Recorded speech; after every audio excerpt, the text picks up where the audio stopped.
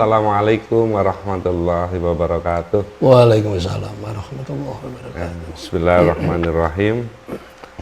Sahabat Spekta Journey, kita bertemu lagi dalam acara ngobrol bareng bersama tokoh Yayasan Tarbiyatul Banin. Hari ini hari Minggu tanggal 5 Juli 2026, tepatnya kita berada di gedung MA Tarbiyatul Banin. Perkiraan pukul berapa Mas Alvin? 8.20 WIB sampai selesai. Alhamdulillah malam ini sahabat Journey, Spektra Journey, kita kedatangan tamu yang sangat istimewa. Assalamualaikum Pak Jawawi. Waalaikumsalam Pak Adi, Pak Faiz. Beliau ini saya perkenalkan sama sahabat Spektra Journey ya Pak. Ya, beliau ini adalah tamu kita adalah Kiai Haji Zawawi Hamim, cucu dari Kiai Haji Ismail bin Zainal Abidin. Beliau adalah pendiri Yayasan Tarbiyatul Banin. Jadi di samping saya ini adalah cucu pendiri. Iya.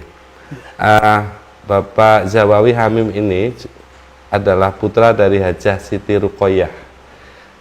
Hajah Siti Ruqoyah adalah putri dari Kiai Haji Ismail Zainal Abidin bin Zainal Abidin. Atau Pak Kiai Haji Zawawi Hamim ini adalah sepupu Kiai Haji Adib Al-Arif. Gitu. Kami akan membacakan biodata singkatnya. Pak Zawawi lahir di Pati tanggal 10 Januari tahun 1954. Cerita Pak Zawawi tadi, beliau lahir 25 tahun setelah Yayasan Tarbiyatul Banin berdiri. Betul ya Pak. Riwayat pendidikan beliau MI Banin lulus tahun 1963, MTS Banin, ini produk Banin. MTS Banin lulus 1969, kemudian melanjutkan di Jogja, di SLTA Jogja, lulus tahun 1972 gitu. Sejak kecil Pak Zawawi diasuh langsung oleh Simbah Ismail langsung. Dengan latar belakang pendidikan dan diasuh oleh tokoh besar di Desa Pekalongan ini, saya akan juga bacakan secara singkat. Tahun 1973 sampai 1980 beliau ini adalah guru MTS. Kemudian sebelum itu beliau sudah berperan di yayasan sekitar tahun 70 sampai 80-an itu selaku bendahara yayasan. Kemudian ketua Yayasan Tarbiyatul Banin tahun 2000 sampai perkiraan 2022. Setelah itu dilanjutkan Pak Adib ya Pak ya. Kemudian sekarang berlanjut dengan Pak Kafi. Kemudian tahun 1981 beliau diangkat menjadi pegawai negeri sipil, pegawai pengadilan agama Kabupaten Pati, dan fokus saat mengabdi di yayasan sampai sekarang tampaknya beliau fokus di kebendaharaan dan aset yayasan. Saya kira narasumber kita ini sangat sahih dalam hal bercerita Banin dulu sampai sekarang gitu ya Pak Zawawi. Insya Allah. Yang saya ketahui nanti. Saya kira ini penting Pak Zawawi ngapunten untuk generasi hari ini mendapatkan cerita langsung tentang ini ujuk-ujuk gede itu piye ceritane gitu. Saya kira nilai-nilai perjuangan Kiai Haji Ismail ini perlu dibumikan agar generasi-generasi ke depan ini tetap menjadi pejuang baik di bidang pendidikan maupun kemasyarakatan. Oke, mulai yang pertama Pak Jawawi, silakan apa yang jenengan ingat hubungan panjenengan sama seorang kakek ya, Mbah Mail. Iya. Saya kira tidak banyak yang mendengar Mbah Mail dulu itu kayak apa gitu, ngapunten. Kok gagasannya besar sampai mengajak masyarakat membuat sebuah lembaga yang sebesar ini sampai sekarang. Monggo Pak. Ya. Assalamualaikum warahmatullahi wabarakatuh. Assalamualaikum warahmatullahi wabarakatuh. Mas Hadi dan rekan-rekan yang berada di ruangan ini. Saya memang sejak kecil, setelah mungkin adik saya lahir mungkin 2-3 tahun, persisnya kan saya tidak tahu ya. Kemudian saya diasuh oleh Mbah Mail, istrinya Mbah Hajah Azizah. Beliau ini yang mengasuh saya sejak kecil sampai saya khitan juga di sana, Mbah Mail. Sampai saya setelah saya mau menikah. Setelah saya menikah, yaitu lepas dari Mbah Mail setelah saya menikah. Menikah tahun 75. Ya.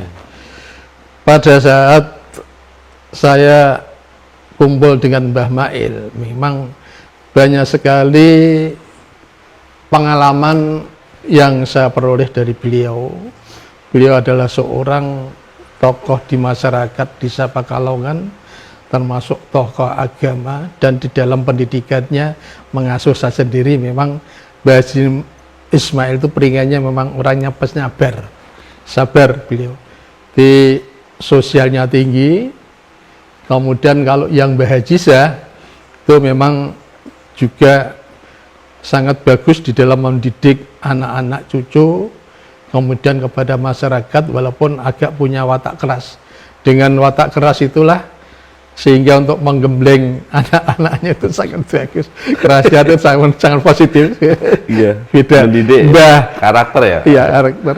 Mbah Ismail itu penyabar, yang Mbah Haji itu keras. Itu konon ceritanya. Ini cerita yang tidak saya alami pada saat saya sudah lahir ya. Okay.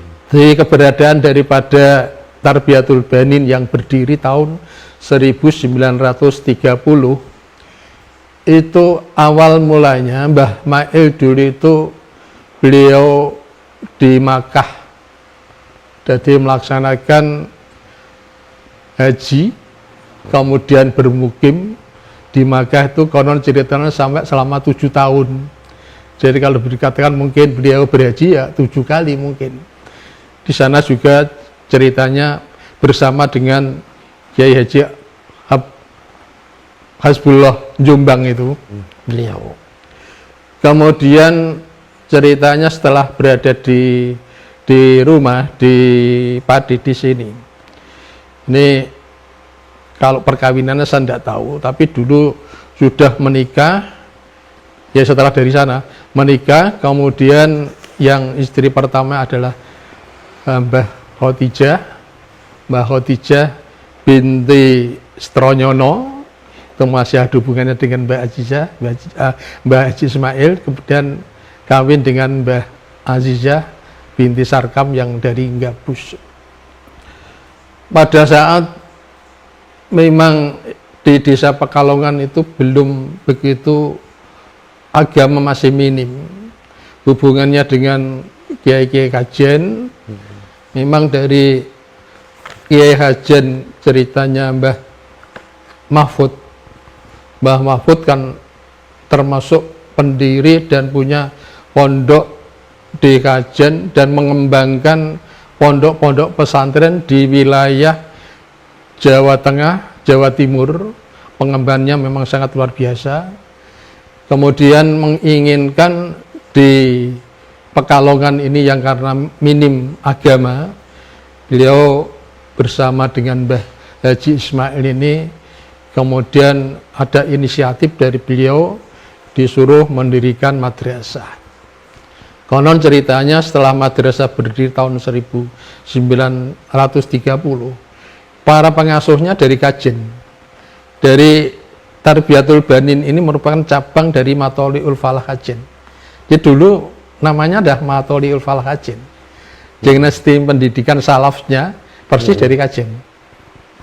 Kemudian karena pada saat itu Mbah Mail hanya memiliki tanah, ya tentunya belum berpikir pengembangan besok sampai berapa kan tidak tahu ya.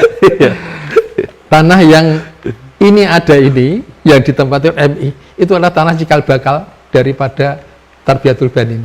Mas, yang MI ini. Iya, yang MI itu cikal bakal. Dulu ruangannya adalah di situ 3 kelas.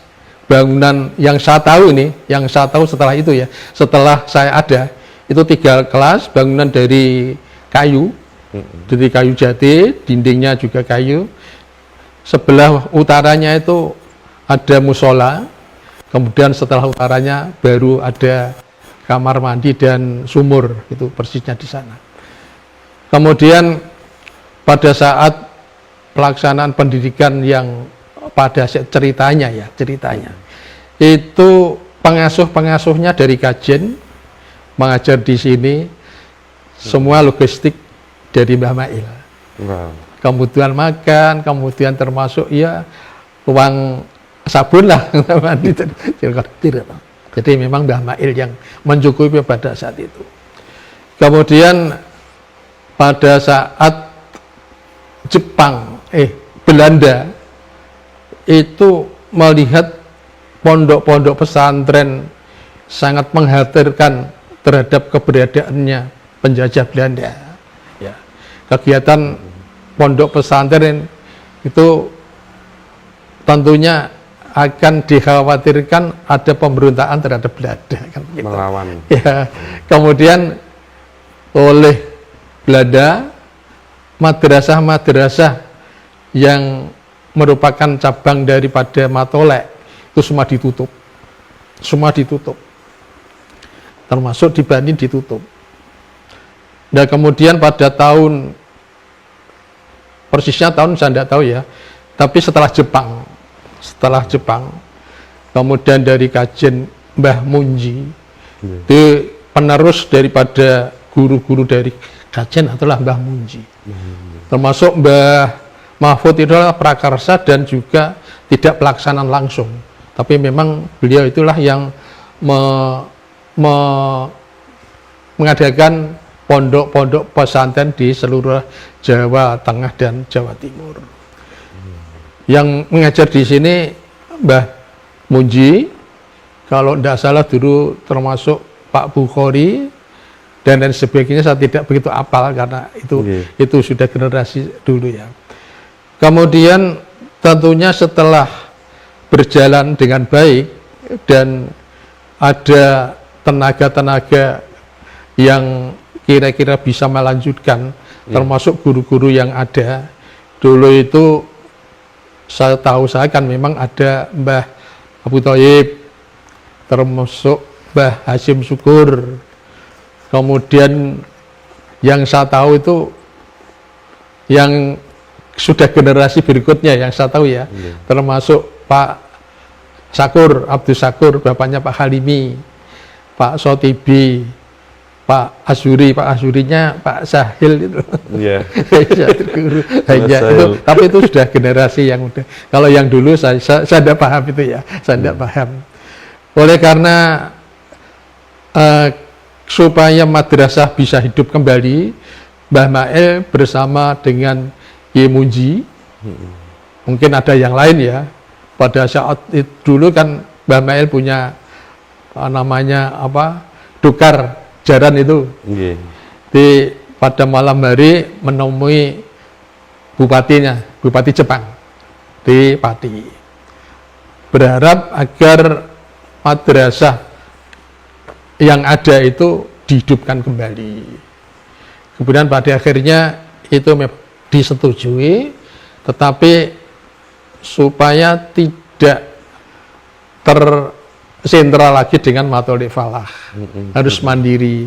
Makanya kemudian dirubah dengan tarbiyatul banin. Itu tarbiyatul banin. Pada saat keberadaan madrasah, konon ceritanya itu sistem pembelajarannya memang salaf, murni. Iya, murni matholik. Murni matholik. Itu setelah usia saya agak dewasa, sudah balik lah ya, agak ngerti sedikit ya, agak ngerti sedikit. Itu orang-orang yang sekolah di Banin ternyata juga jauh-jauh.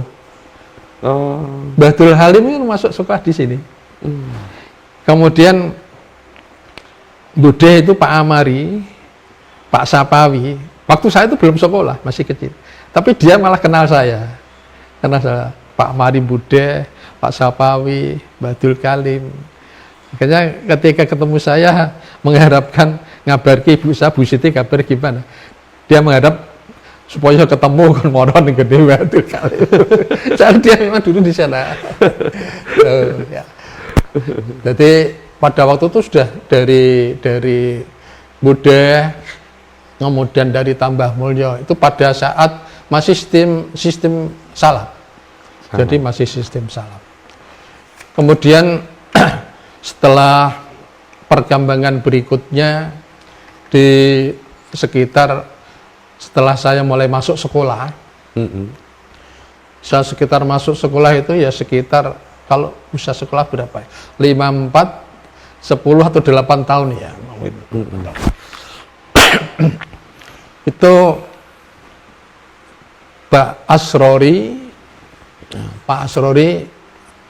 itu dulunya kan kuliahnya di Jogja, ya Jogja. Gitu.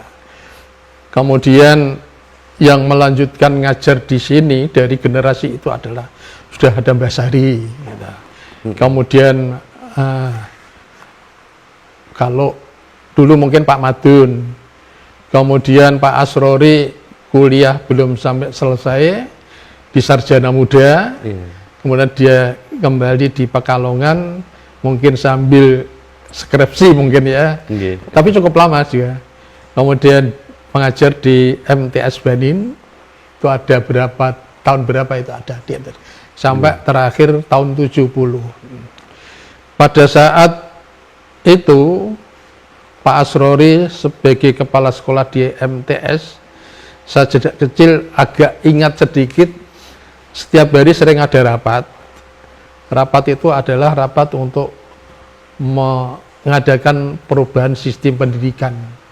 Mungkin dari yang salaf, mungkin ada penambahan lah, tidak murni salaf. Kombinasi. Ya, kombinasi. Mungkin berapa persen dengan pelajaran umum kan sebenarnya. Cuma persentase saya tidak ada, tapi itu sudah mulai ada perubahan. Karena Pak Rori orang kuliah ya, orang kuliah di Jogja, dan memang kita perlu ada perkembangan di sekolah di zamannya pada saat itu perlu ada perubahan. Nah itu pada saat saya masih sudah mulai sekolah di situ, saya kegiatan sekolah di MI. Ini saya cerita bangunan saja. Bangunannya itu kalau cuma 3 kelas kan tidak cukup. Mestinya ada pengembangan perluasan, tentunya muridnya juga kan semakin bertambah. Itu tahun 63 ya, dengan 63. Iya, sekitar perkiraan itu 60-an ya. Iya, setelah 60 63 ya, sekitar itu ya. Suasana itu kan, tahun 60-an. Itu kan kemudian memanfaatkan pinjam rumah-rumah masyarakat. Iya.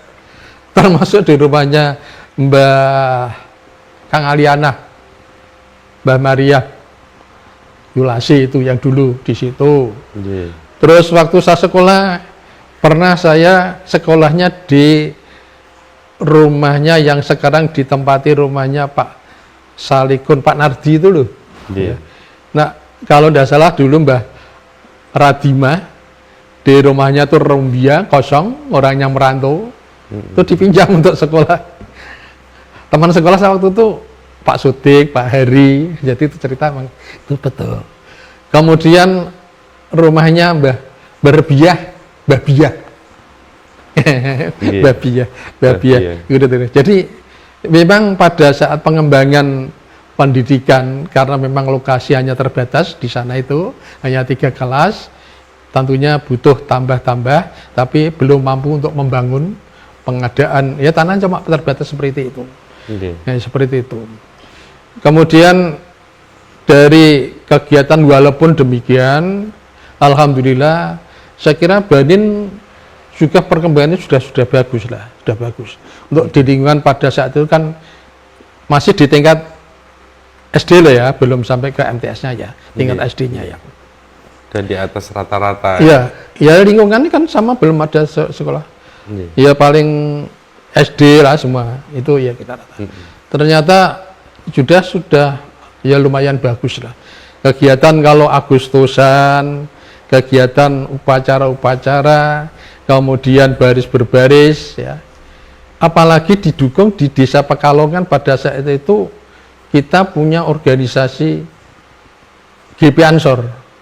Pada saat itu kita sudah drum band. Besar itu.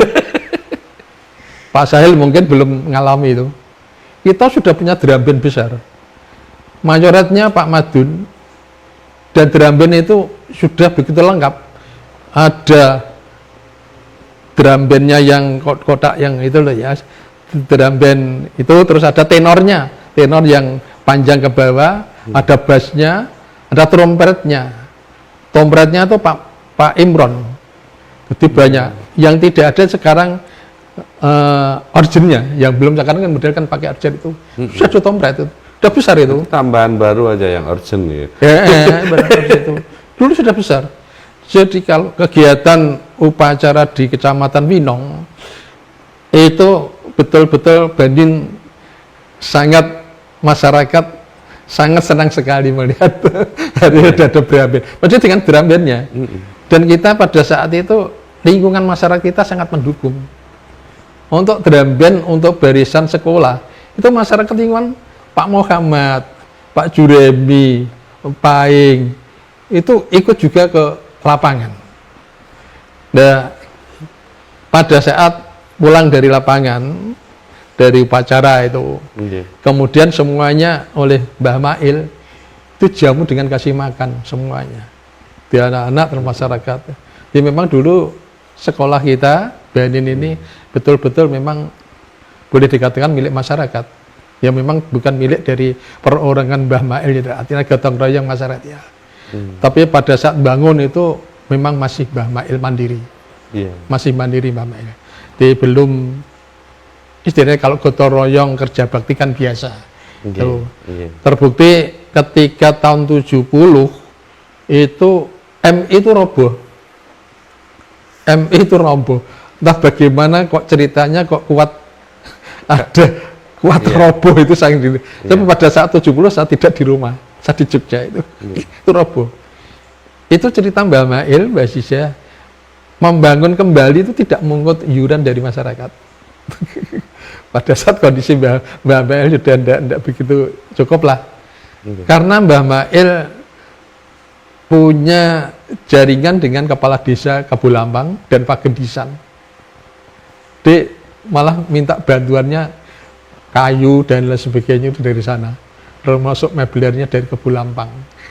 Pak Gendisan dan Kabulampang. Kabulampang. Konon ceritanya. Jadi ada jaringan donasi semacam yang lebih luas. Pada saat dicalonkan kepala desa, termasuk Mbah Mail ini yang support ya. Jadi ayo bangun itu. Ya, artinya mungkin gimana ya? Sebab terbukti dengan kepala desa Pak Gendisan itu Mbah Mail nyatanya juga nggarap sah rong bau di sana itu. Pak saat masa kecil saya di Jembangan itu. Itu terbukti. Jadi memang jaringan dengan kepala desa itu sangat bagus sekali. Kemudian pada saat kecil itu yang saya ketahui itu Mbah Mail sudah tidak begitu cukup lah dalam segi materinya. Tapi setahu saya masih jualan sapi. Dulunya kan memang sodekar sapi dia. Konon ceritanya Pak Sahruma ceritaku sapi di tepi jalan itu semua sing ditancang patok tepi jalan itu miliknya Mbah Mail, dagangannya Mbah Mail dulu ya. Pak Sahruma cerita gitu. Tapi kemudian pada saat saya masih kecil Mbah Mail itu masih jualan sapi, naiknya sepeda ontel, ya namanya sepeda ontel. Saat itu. Ya saat itu bedil sepeda lanang. Setahu saya itu jajane pelem golek, tinggalan sampai sekarang itu masih. Itu yang tanaman pelem goleknya Mbah Kaji Hasan, Pak dulu yang di sebelah selatan, itu tinggalan dari Mbah Mail. Zaman tanaman Mbah Mail. Itu tanaman ya. Ya Mas Sahil ceritanya. Kemudian ceritanya gini lagi, Mbah Mail itu memang kondisinya kan sudah, untuk Pak Asrori sekolah ya, Pak Asrori sekolah itu kan sudah biayanya sudah tidak begitu mumpuni pada saat kuliah ya. Tapi setelah Pak Asrori masa dia itu tadi ngajar di Benin MTS, ya, dia sarjana muda sambil usaha mendirikan selepan. Pak Sahil bawa seling lah, selepannya nggone Mas Payumi pojokan, itu sana Pak Asrori sama Pak Bahabu, Bahabu sampai pada saat itu keganggu gilingan lepas ngantam itu loh, tembok gebyok pas itu, ngeri itu. Jadi pada saat itu memang Mbah Mail sudah tidak seberapa mumpuni. Kemudian untuk melanjutkan sekolah tinggal ujian skripsinya ya tahun 70 itu yang support adalah Mbah Abu, dan terbukti pada saat beliau kawinnya kalau tidak salah tahun 71 ini tak cerita kaitannya karo pelem tanai Pak Muhid ya Mbah Mail ya, Mbah Mail tanah atau sirang gini ya itu dipotong didol segala karo Mbah Muhid itu ada manggane golek. Ya itu. Saya sampai kemudian saya ikut untuk biaya proses pernikahan nih. Iya, karena tidak mampuannya Mbah Mail. Mbah Mail sudah tidak punya sawah.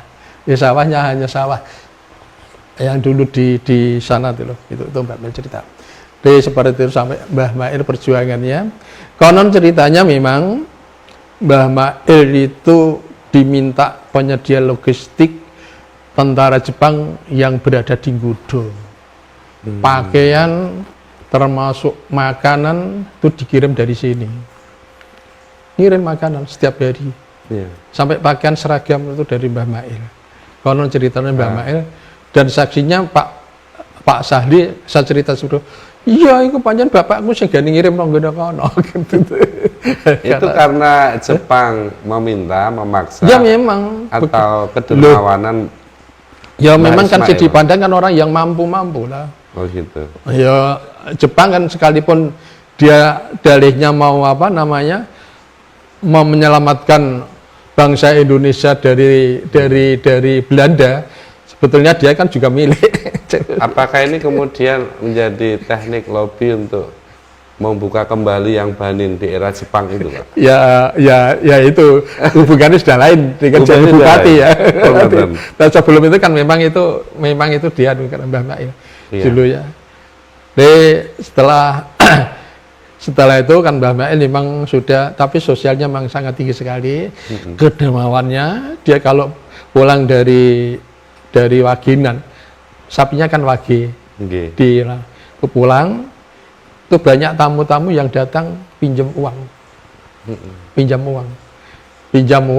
nanti kalau hari pon dikembalikan gukulaan, Wage datang pinjam. Ya termasuk Cino-Cino di Cina Anyar, Cianano, Ico juga itu dulu hubungan dengan orang Cina bagus. Pinjamnya di Mbah Mail. Iya, Mbak. Termasuk penerusnya juga Mbah Abu. Saya menyaksikan diri. Mbah Abu kalau dari pasar, penerus yang bakul sapi sing kan Mbah Abu. Mbah Habu termasuk besar. Walaupun jadi petinggi tapi dia Estafet ke Mbah iya. Habu ya. Ya Mbah Habu memang waktu itu lah. Itu ada hubungan keluarga kan Mbak yang Mbak Wis Ismail mantu sama ae. Mbak? Mantu. Oh mantu. Jadi langsung. Tapi tayo mantu. Langsung. Mogo. Ya. Luar biasa sahabat Spektra Journey. Hubungan Itu. Pak Jawawi Hamim sama Ya. Allah yarham Kiai Haji Ismail itu sangat dekat sekali gitu. Iya kisah-kisah. Kisahnya Terus, cukup sahih informasinya ini. ya. Terus yang saya katakan tadi di Banin kalau upacara memang drum band di Pakalongan karena itu GP Ansor. GP Ansor. Saya waktu sekolah waktu dulu tuh saya organisasi sudah Ibnu kok. Pakai kopiah nih yang ada hijau keliling gini, terus stripnya gini hijau. Jadi IPN sudah ada. Terus Fatayat juga ada. Karena pada saat itu politik Indonesia memang mungkin agak begitu panas ya. Iya. Partai politik pada saat itu sudah panas. Karena apa?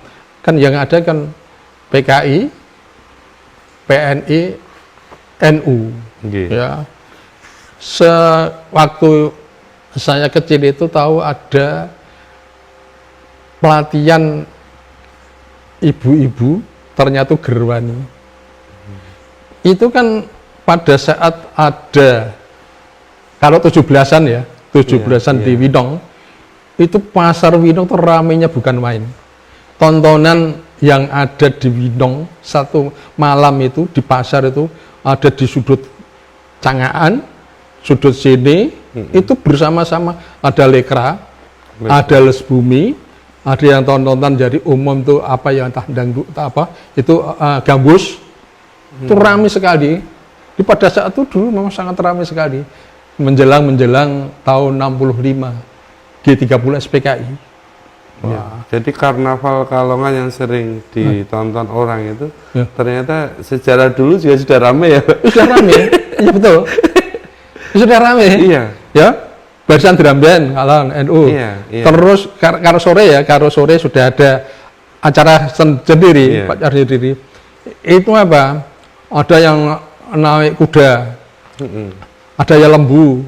Kalau PNI Marhen itu pakai banteng. Ya begitu ramenya banteng, ayo teng, lebu banteng, ayo teng, begitu ramenya. Sudah kan masih ingat itu. Rame kok. Itu kan dipersenjatai oleh Gerwani kan rencananya kan itu memang untuk pengalihan pada saat itu untuk melawan Malaysia. Ternyata kan tidak konfrontasi dengan Malaysia. Itu kan hanya alat untuk rencana mempersenjatai orang-orang PKI untuk memberontakkan gerakan Cinta Gitu PKI itu. Pada waktu itu ya sampai pertelon itu ya kan ya. Itu patungnya Tengku Abdurrahman Malaysia. Ya. Wah itu kalau sudah sampai ke sana, ayo ganyang Malaysia ya. Pakai tombak tojos terus dulu darah. Itu sampai itu kecil sudah ramai sekali tuh politik. Jadi pentas politik di lokal ya. Iya. Saat itu luar biasa. Iya luar biasa. Level lokal ya. Iya. Kalau ada pengajian Pawe seperti itu yang diundang dari NU ini Kiai Azhari Pati. Kiai Azhari Pati juga kuras. Yang kemudian turunnya Pak Aslam itu sampai reti Pak Aslam Pati. Kauman. Itu ayahnya. Aduh. Terus sekarang undang Kiai Bisri Mustafa. Waktu dulu kan Bisri Mustafa ada di Rembang. Kalau di lapangan udah ramainya sekali kita. Dia memang politik pada saat itu ramai sekali. Kalau tontonan sampai kecil, masuk nonton les bumi sampai nok konang. dan itu suasana itu terjadi Yayasan Tarbiyatul Banin sudah ada. Sudah ada. Dan saya sekolah waktu itu kan saya sekolah di situ, saya MI lah ya. Jadi kalau upacara, kemudian ada lomba-lomba. Lomba-lombanya baris berbaris. Pakaian saya itu pakaian, memang kalau MI itu kan sekolahnya kan pakai masih celana pendek. Untuk seragamnya celana pendek biru, bajunya putih. Lu sering mendapat juara, pernah mendapat juara, mendapat kambing kok. Kambing itu. Jadi MI itu pada waktu itu. Nah, terus perkembangannya lagi ya. Kalau MI itu generasi berikutnya, orang-orang yang sekolah di Pekalongan itu dari Gabus ada, dari Tambah Mulyo juga ada, Buddha ada, Julu ada, termasuk putranya Mbah Haji Imam Mukti, Mas Huri, yang kemudian jadi mantunya Pak Ali, Pak Sahil Wereng, Mas Huri kan sangat ninggal itu, ya Mas Huri, kemudian Buro Kemah itu dari Gabus bagian utara Turi itu sekolah di sini, manggone nonggone Mbah Kaji Sirap. Jadi mantune Mbah Madun, kita dulu Madun. Cara akhirnya Mbah Madun tertarik karo Mbah Rohmah ya gara-gara itu. Ngapunten Pak Jawawi, itu kok banyak orang tertarik menyekolahkan anaknya ke Banin. Iya. Itu faktor kualitas gurunya atau ada faktor yang lain? Ya tentunya kan seperti itu. Pada saat dulu kan memang pendidikan agama kan belum seberapa. Dan ada satu-satunya kan di Banin. Untuk ya adalah tahu ya ada, Banin juga ada. Begitu kan. Tahu kan juga maksudnya ada. minim agama itu adalah infrastruktur lembaga-lembaga untuk mengenalkan ajaran-ajaran agama itu. Iya. Bukan pemeluk agama Islam sedikit, bukan ya? Bukan. Agamanya ya orang Islam banyak tapi kan butuh pengetahuan pendidikan yang layak, kira-kira kan layak. Lembaganya yang minim. Gitu. Iya, jadi sini kan. Dan pada saat yang sama desa-desa yang lain belum ada. Ya belum ada. Yang ada kan cuma di Tawung. Kemudian menjamur lagi kan setelah di Cirebon kan baru-baru saja setelah. Termasuk guru-guru yang setelah lulus dari Banin, kan baru mengembangkan kan seperti itu. Yang dulu yang ada kan cuma dari yang pondok kan cuma di Tawung itu. Tawung terus kemudian kalau tidak salah di Soko atau di mana itu yang pada saat itu berada. Jadi pada waktu itu memang sudah animo dari masyarakat luas sudah banyak, dari Tambah Mulyo Kiai Aksin Warjo. Aksin itu sing Kiai Aksin sing kenal gini Cak Wangi itu loh. Itu dulu sekolahnya di sini. Terus Pak Wahono itu iparnya Pak Ali Mamudi Antijene Buan, depannya itu sekolah di sini, Maskur, kemudian jadi dosen di Jombang itu. Jadi banyak sekali orang-orang yang pada saat itu walau saya tidak sebaya dengan dia, tapi karena saya di situ kan sering orang-orang kenal dengan saya. Sama orang latar Mbah Mail itu kan waktu itu kan luas ya masih kosong lah halamannya Mbah Mail, tidak ditempati seperti sekarang itu kan. So di halaman untuk anak-anak sekolah do gelutan biasa zaman dulu latar. Untuk drum band latihan di sana kan sudah biasa luas. Pak Jawawi, saya pengen cerita. Jenengan ini kan cucu pendiri. Kadang kan pernah nggak dengar rapat-rapat rahasia gitu? Ya. Tentunya ya kan. Enggak. Tidak. Gini, kalau rapat rahasianya karena saya waktu masih kecil jadi saya tidak tahu. Tapi kalau sudah di kepengurusannya Mbah Abu Thoyib, kemudian kepengurusannya Mbah Hasim Syukur, ya itu memang rapat-rapat pengurus memang ada. Dan saya kalau di rumah Abu kan Mbah Mail kan tidak dolan kan biasa, tidak ikut tapi saya sering mendengarkan. Ya saya katakan namanya orang dalam rapat agak keras-keras itu sudah biasa. Tidak dulu, tidak sekarang. Maksud saya rapat rahasia adalah ada fase penutupan lembaga, ada fase pembukaan lembaga, dan ini yang mempengaruhi kan Belanda dan Jepang. Dulu ya. Iya. Ya. Saya membayangkan di rumah Mbah Ismail itu juga ada rapat-rapat perlawanan juga. Bagaimana cara? Enggak, nah, kalau pada saat itu kan saya tidak tahu. Oh, betul. Tahun itu kan tahun Jepang itu. Jepang itu kan 43. Atau dapat cerita setelah itu gitu. Enggak Ya. ada. Ya tadi itu, jadi setelah diizinkan, dibuka kembali, kemudian dirubah namanya menjadi Tarbiyatul Banin. Iya. Kalau tidak salah dulu itu juga pernah sebelum itu untuk MBB, apa? Madrasah wajib Belajar. belajar. 7 Itu tahun. ceritanya gimana tuh? Madrasah wajib belajar. Iya. Ya tahu dulu. Bab saya lihat itu di lemari itu MBB. Iya. Madrasah wajib belajar. Tapi berapa tahun itu wajib belajarnya itu? Iya. Itu dari pemerintah mungkin. Kalau Itu sekarang yang wajib belajar 9 tahun itu yang edisi kementerian. Kementerian yang rencana 13 tahun. Iya. Kalau cukup uangnya. Ya. Sahabat Spektra Journey luar biasa. Poin pertama ya udah menarik dan cukup panjang, Mas Alvin. Udah berapa menit itu? Ya. Oke, selanjutnya kita akan mendengarkan cerita lagi. Ini mumpung Pak Jawawi semangat bercerita itu.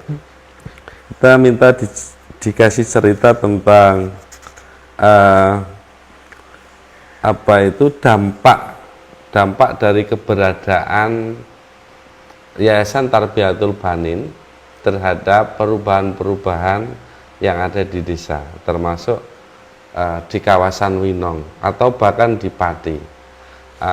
Saya melihat begini, bahwa infrastruktur mencerdaskan kehidupan bangsa saat itu kan tidak mudah didapat ya. Dan di sini ada. Saya kira sekolah desa yang ada sekolahnya itu akan lebih menguntungkan pada anak-anak kecil warganya untuk mengakses pendidikan daripada desa yang tidak ada lembaga pendidikannya. Dan di sini sejak tahun 1930 sudah ada lembaga pendidikan. Saya kira ada banyak pengaruh untuk perubahan-perubahan, apakah itu ekonominya, apakah itu tata ruangnya itu. Kalau kita lihat tata ruang di sini kan, ketika saya masuk ke sini kan, ini level desa kok tata ruangnya bagus sekali gitu.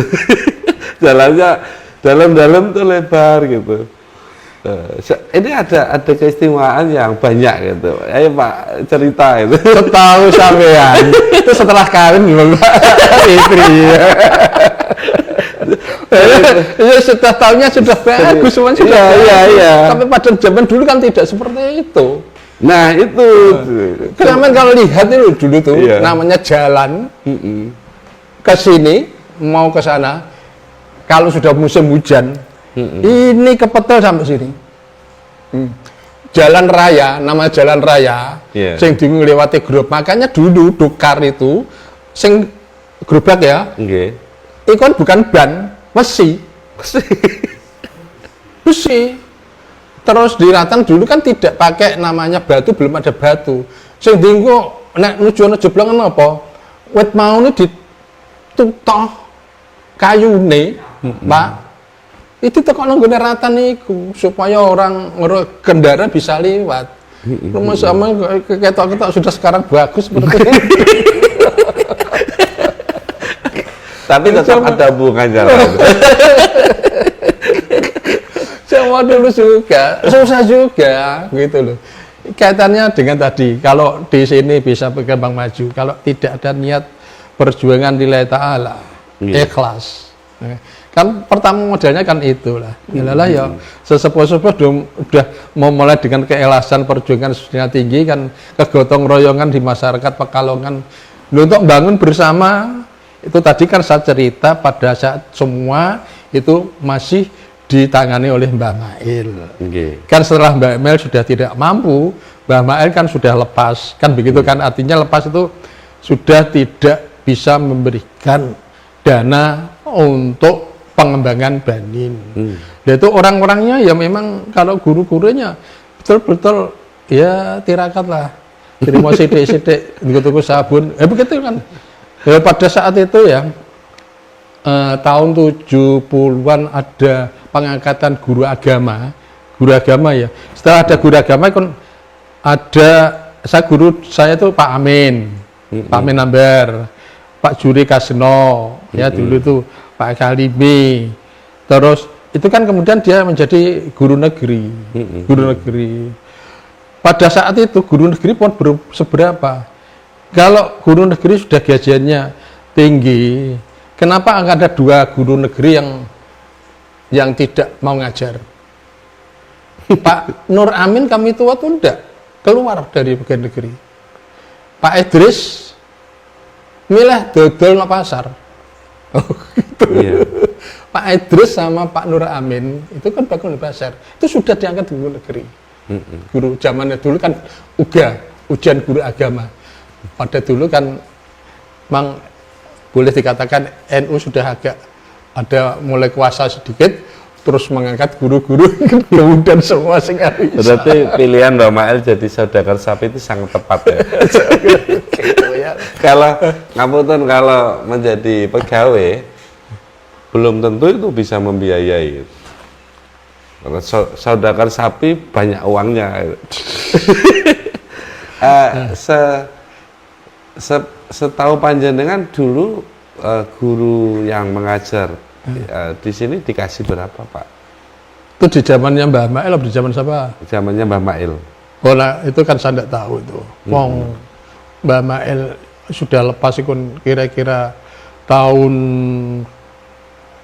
Mbah Mail itu ya dari tahunnya Pak Asrori saja nyekolahnya sudah tidak bisa nyekolahkan kok. Kawin aja adalah itu sudah kita mandiri. Di pada saat itu kan kita sekolah-sekolah kita kan sudah mandiri. Jadi perkembangannya ya setelah MI ya, MI itu kan di sana 3 kelas, itu kemudian pengembangan yang lainnya, kemudian tahun berapa persisnya antara MTS dengan TK ya, MTS dengan TK. Iya. Pengembangan itu kemudian mendapatkan tanah yang MTS itu tanah wakafnya namanya Mbah siapa ya, keluarga dari Mbah Haji Hasan di Malaysia. Ada masa itu tanah wakaf siapa yang untuk MTS sing depan itu MTS itu tanah wakaf itu. Tanah wakaf. Itu dulu kemudian dibanguni untuk ini sudah meningkat ke pengembangan dari MTS dari MI ke MTS ya. Jadi sudah mulai kelas ada MTS. Saya sekolah di sana tadi tahun berdirinya persisnya 60 berapa gitu MTS itu. Kemudian di sana dibangun ya, pembangunnya memang secara gotong royong. Masyarakat kita memang ajak gotong royong untuk membangun itu. Pada saat itu dindingnya dinding bambu, anyaman bambu, sekolahnya bambu, danyam. Di MTS itu 3 kelas sana itu anyaman bambu begitu. Itu juga masyarakat bekerja sama gotong royong. Kemudian setelah itu pengembangannya kalau untuk TK, jadi Mbak Yuriah putranya Mbah Abu Thoyib itu sudah lulus sudah sekolah dari Kajen, kan menunjukkan di Kajen. Sini guru-guru yang dari Kajen kan banyak, Pak Hajib, Pak Kalimi itu kan dari Kajen, terus Pak Amin sudah dari Kajen, terus Mbak Sari sudah menikah dengan Bu Maryam kan dari Kajen. Jadi untuk memperkuat tenaga guru di Benin itu sudah agak, jadi penerusnya sudah ada Mbak Sari, Pak Madun, Bu Maryam, terus Bunju, kemudian mendirikan TK. TK itu tanahnya dulu, depannya Mbah Abu Thoyib, sebelah kanan. Ya, menghadap ke selatan. Itu tanah itu ya sementara lah, karena punya bangunan lumbung padi, desa itu punya lumbung Oh, dulu. tepatnya Lepatnya di sebelah barat SD. Dulu SD Kalongan itu membujurnya ke timur, sebelah barat itu lumbung. Dulu kan punya lumbung. Karena lumbung sudah tidak terpakai, Mbak Abus bikin kepala desanya nganggur, ini butuh untuk TK, kemudian dibangun di situ. Itu perkembangannya. Itu. Tapi pada saat itu kalau dasar kepala TK-nya mungkin Bu Suriah itu mungkin. Kemudian setelah perkembangan berikutnya, kepengurusannya kan Mbak Hasim, Pak Sutamat, ya. Pak Sutamat kemudian meninggal dunia. Pak Sutamat meninggal dunia. Kita kepengurusan dulu kan tidak selengkap sekarang.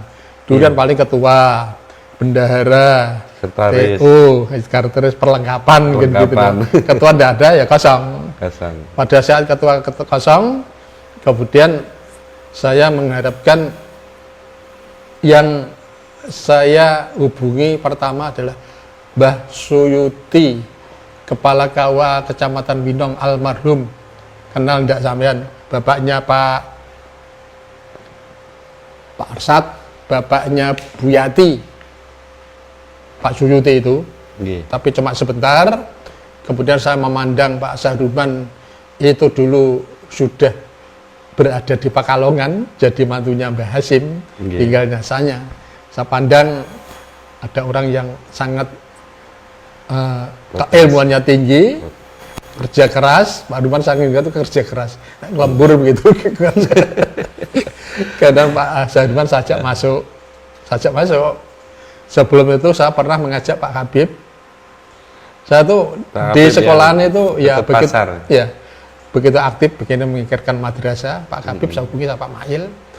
Baru cerita Pak Habib, saya terima kasih, tapi saya punya rencana mau mendirikan SMP Al-Falah. Tanahnya sudah ada. Kan tanahnya dia, kalau tanahnya petinggi Tawung. Itu cerita. Jadi saya hubungi dulu. Terus akhirnya Pak Sahruman saya tarik. Pak Sahruman saya masuk jadi pengurus, jadi anggota, tapi langsung pada saat itu menggantikan Mbah Suyuti itu sampai sampai berakhir itulah. Dulu kan pengurus kan masanya tidak ada masa periode sampai meninggal, baru terakhir itu. Nah itulah pengambangan seperti itu. Pada saat itu Pak Sahruman, kemudian Mbah Hasim, setahu saya itu kalau entah sejak kapan itu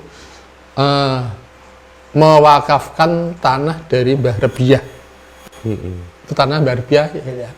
Mbah Rebiah separuh karo Buis itu diberikan untuk TK, yang separuh untuk pondok Al-Arif.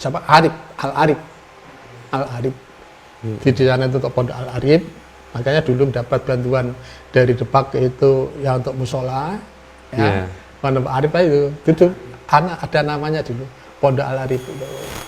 Nah terus yang sini itu ceritanya Bu Is itu memang diserahkan untuk TK. Nah, serahkan terus TK.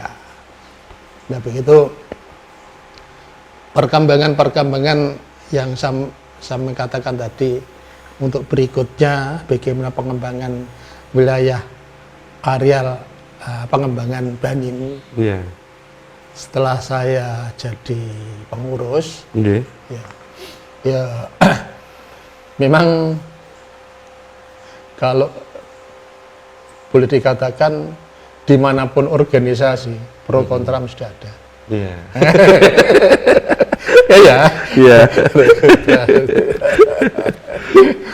Sampai sekarang kan mesti ada. Namanya dinamis.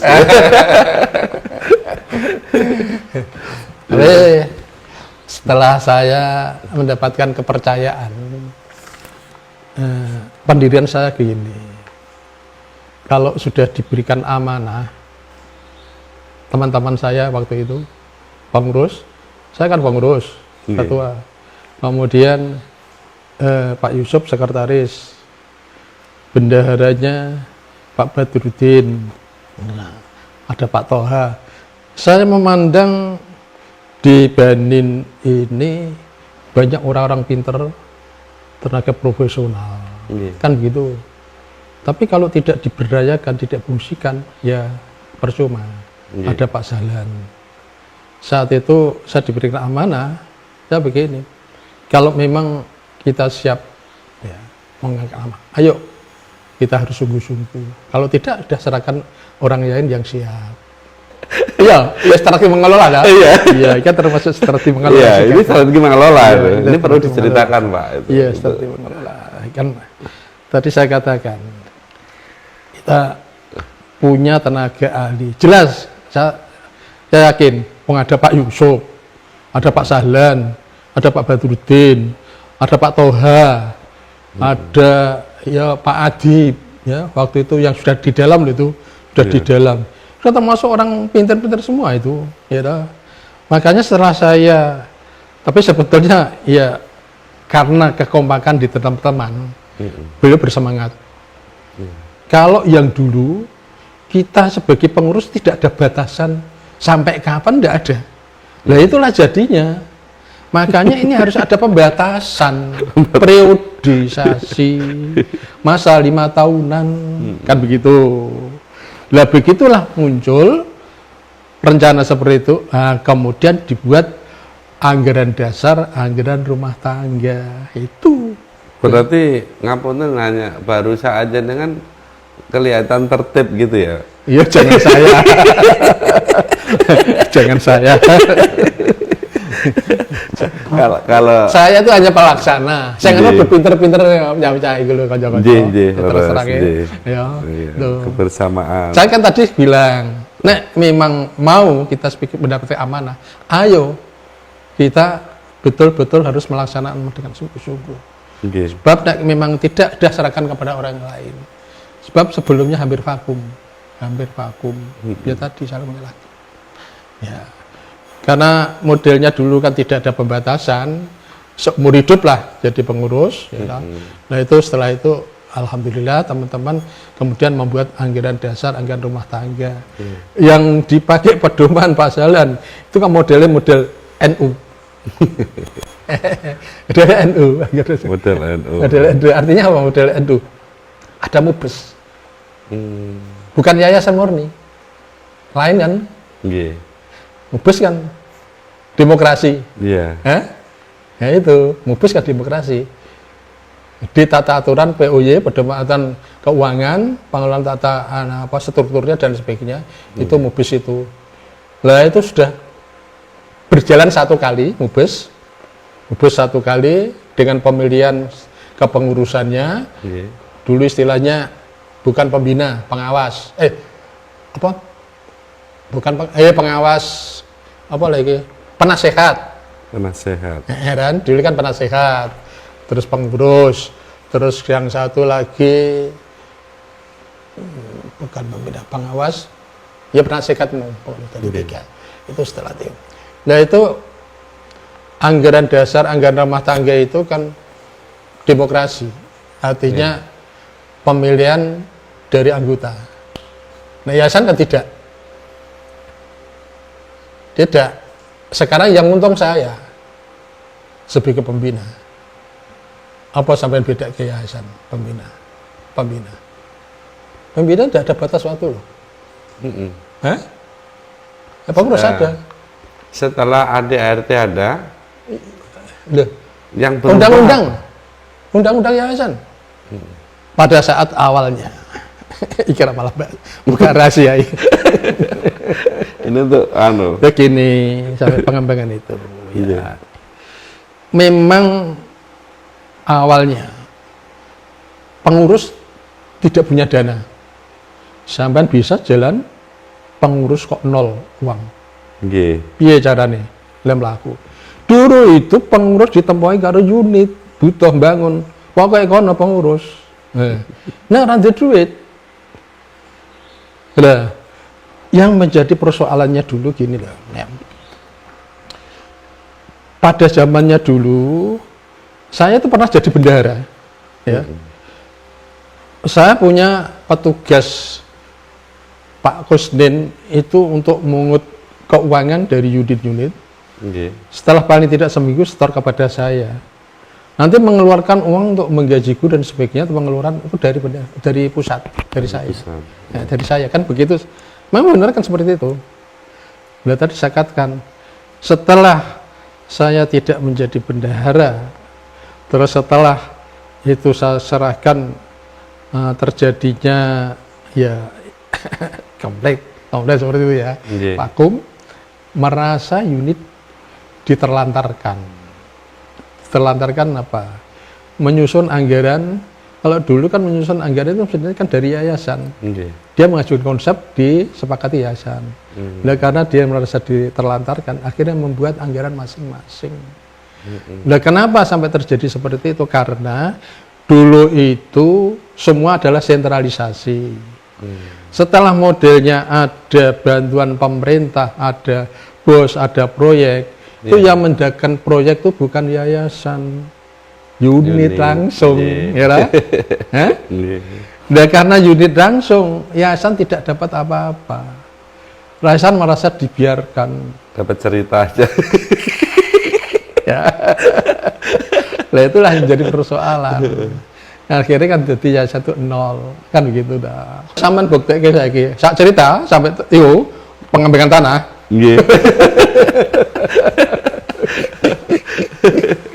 Iya itu kok ini bukan ujuk-ujuk gitu. Ini saya kira direncanakan dengan baik. Yayasan memiliki banyak aset yang luar biasa. Ceritanya gimana Pak itu? Kan dulu kan nggak punya uang. Tapi ini aja nganu ya, aja expose aku darani nganu. Terus punya uang itu. Ini yang layak diceritakan aja Pak. Gitu. Yang layak diceritakan. Lah ya. Ya memang ya seperti itu. Di kita pengambilan akan memang lihatnya seperti itu. Iya. Jadi prioritas mana yang harus kita dahulukan kan seperti itu. Iya. Coba sampean gambar iki. Iya. Kalau TK selama nang ngene kono sing ngape sekolah nang kono sing sapa? Yo, satu. Iya. Contoh itu contoh seperti itu. Ya. Ya. Terus tanah itu saya itu pertama kali punya wakafan tanah dari almarhum Pak Asrori. Di sebelahnya Pak Karwi, sebelahnya Mbah Mat Fadil itu. Itu dulu Pak Rorin meninggal tahun 91. Ya. Karena kedekatannya dengan saya, Bu Asrori itu. Telah meninggal, tanah itu diserahkan saya. Tapi saya jawabnya gini, nek diwakaf ke, saya tidak sanggup. Nek wakaf kan mati. Artinya kudu ditempati di sana. Kan saya tidak, entah itu nanti saya jual, entah saya tukar guling, kan begitu kan. Nah, ternyata saya memang punya gagasan.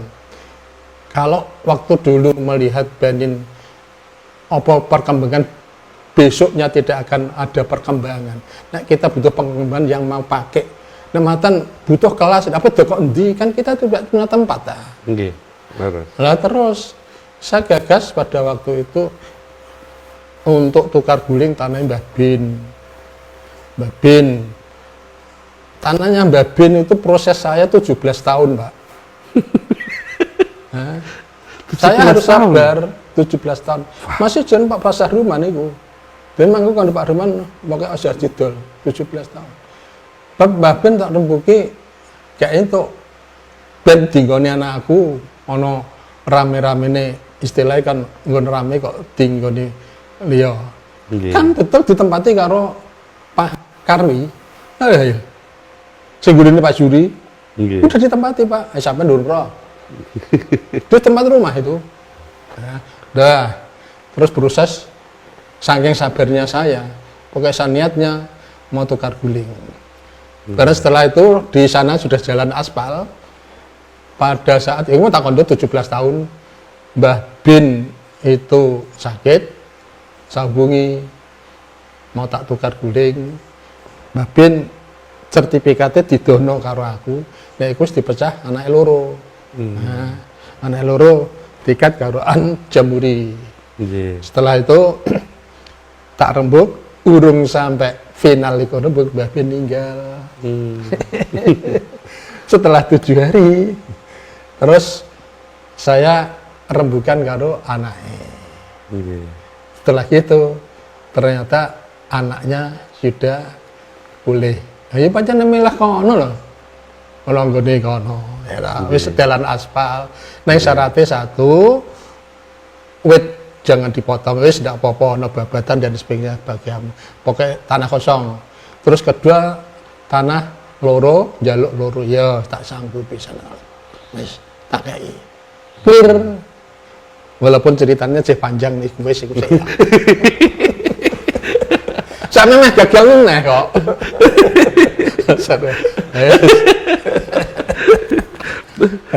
Umur sampun sepuh tapi semangatnya melebihi anak muda. Harapan ke depan Pak dengan kondisi Banin yang sudah tumbuh berkembang, dapat apa itu progresnya luar biasa. Ini sebuah yayasan yang dulu dibidani oleh Mbah Mail, kemudian ke cucunya, kemudian hari ini kelihatan, tidak hanya kelihatan, berdampak yang baik terhadap, terbukti berdampak baik terhadap lingkungan, suasana pendidikan, suasana ekonomi gitu.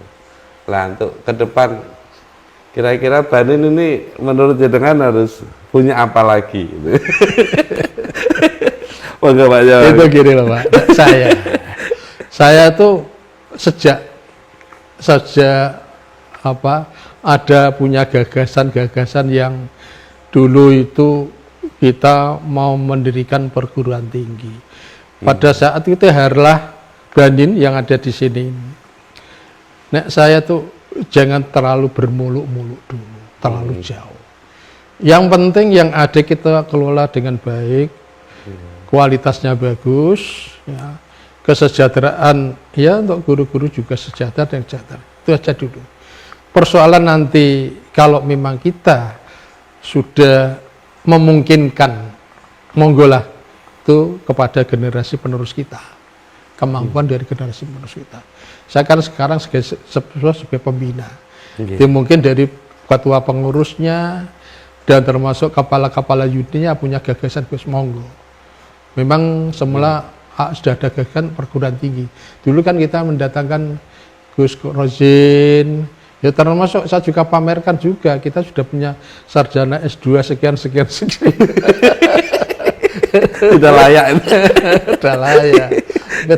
Ternyata untuk membuka apa itu istilah di program apa di sini pendidikan sekolah tinggi agama Islam, iya, perguruan tinggi gitu. Ya, tapi kok rencana ya belum siap. Nah, yang penting justru di dalam dulu kita tata dengan sebaik-baiknya, sarana prasarana fasilitasnya terpenuhi, terus guru-guru ya tercukuplah sejahtera itu, jangan sampai. Mulanya sebenarnya saya dulu kan untuk kita mendisiplinkan guru, gimana harus disiplin kalau untuk pemberian sejahteranya tidak tepat. Itu saya seperti itu. Sampai pengelolaan keuangan Pak, saya dulu. Pengelolaan keuangan. Ya. Itu kan memang infakatnya itu untuk setoran itu salingan melihat dari unit-unit lain. Jadi sana wis setara padha sana setara padha. Ya. Enggak terus 100% segera. Lah terus saya pada waktu itu membuat sistem pelaporan. Pelaporannya. Dari masing-masing unit bendahara sebutkan pelaporannya. Pelaporan per bulannya, penerimaan dari pos-pos apa. Kemudian di sana ya semua sumber. Tapi nanti termasuk sisa kasnya berapa, ini bisa terpantau. Di pelaporan itu setiap bulan harus diraporkan, kemudian dari bendahara yayasan mengrekap sisa berapa. Kita yayasan tidak akan minta uang sisanya, tapi kita tahu. Nah kemudian untuk unit-unit, kadang-kadang ada unit itu minusnya kadang karena dia bantuan bos belum keluar. Saya berikan kesempatan silahkan pinjam yayasan. Silahkan pinjam yayasan. nanti dikembalikan. Oke. Jadi yayasan memang harus punya saldo uang, sewaktu-waktu dibutuhkan kita berikan. Oke. P ternyata juga pernah dibuktikan dari ME butuh uang Pak untuk bayar guru, ini belum ada keluar bos, silakan pinjam. Iya. Yang penting tanggal tet dia bayar, dia harus dibayar. Oke. Kalau tidak tepat waktu, gimana kepala sekolah mau menertibkan guru-guru untuk disiplin? Ya mungkin ya Pak. Disiplin. Mbok opiah-opiahi mbok anu gajine ora tepat waktu. Itu yang pertama, tepat waktunya. Syukur bisa kesejahteraan, ada peningkatan yang baik, kan seperti itu. Jadi itu yang paling utama. Jadi kalau masalah ke depan bagaimana itu saya kembalikan nanti pada generasi sekarang. Ya. Saya kan tidak tidak mumpuni pikiran saya ke sana. Tapi wah luar biasa. Itu dari semangat guru-guru muda ya. Alhamdulillah saya kira ana doktori bareng wis. Nggih, luar biasa. Ana doktori iya nah. Nggih, sahabat Spektra Journey, malam ini mau tidak mau harus ditutup dulu, nanti kita lanjut di waktu lain ya Pak Jawawi. Iya. Dari obrolan malam ini, pesan yang dapat kita ambil untuk pembelajaran baik untuk Panin maupun untuk kita semua adalah kita harus bersungguh-sungguh kalau mendapatkan amanah. Gitu. Iya. Terus selanjutnya di dalam ke depan Panin harus melakukan 3 prinsip. Yang pertama, kelola dengan baik. Yang kedua, menghasilkan kualitas yang baik. Dan yang ketiga, kesejahteraan. Iya, itu perlu. Gitu. Ada tambahan lagi Pak? Kan kesejahteraan sesuai dengan kemampuan masing-masing. Kan dari yayasan tidak. Dan itu memang sudah diperhitungkan senjangan antara masing-masing unit. Saya kira sudah bagus. Biasanya kan ada kenaikan error, ini sudah saling artinya unit-unit saling kontak kira-kira berapa. Kalau tidak ya tidak. Ya alhamdulillah sudah bagus nih. Termasuk keberhasilan infak itu sudah. Jadi sebetulnya sistem unik di yayasan kita, pengelolaan keuangan, saya malah sudah cocok seperti itu aja. Yang penting suasana dari kondusivitas semua, baik itu yayasan daripada unit, sudah saling terima, tidak masalah. Nah justru nanti itu dikelola sentralisasi, satu, tenaga kita juga terlalu berat, tenaga untuk pengelola itu juga terlalu berat, dan kadang-kadang ya ada rasa kurang keikhlasan dari masing-masing unit. Soalnya sekarang diatur oleh yayasan. Sebetulnya dia mengatur sendiri tidak masalah, silakan diatur. Jadi ada dana besar silakan digunakan. Dan kita juga lihat kok, jadi penggunaan anggaran mereka tuh yang untuk kegunaan dari kesejahteraan gurunya, kemudian untuk pengembangan dari gedungnya itu juga ada tersisihkan dari, sudah bagus. Menurut saya tidak perlu harus sentralisasi. Ini sudah bagus. Karena sekalipun kalau saat dilihat sana-sana itu secara unik ya. Sana kan semua sentralisasi. Kalau di sini kombinasi. Desentralisasi. tidak sentralisasi penuh, tidak desentralisasi penuh gitu. Iya. Tapi masih ada cawe-cawenya gitu. Iya. Yang penting inilah haknya yayasan. Inilah haknya kamu untuk unit, silakan dikelola sendiri. Sudah bagus.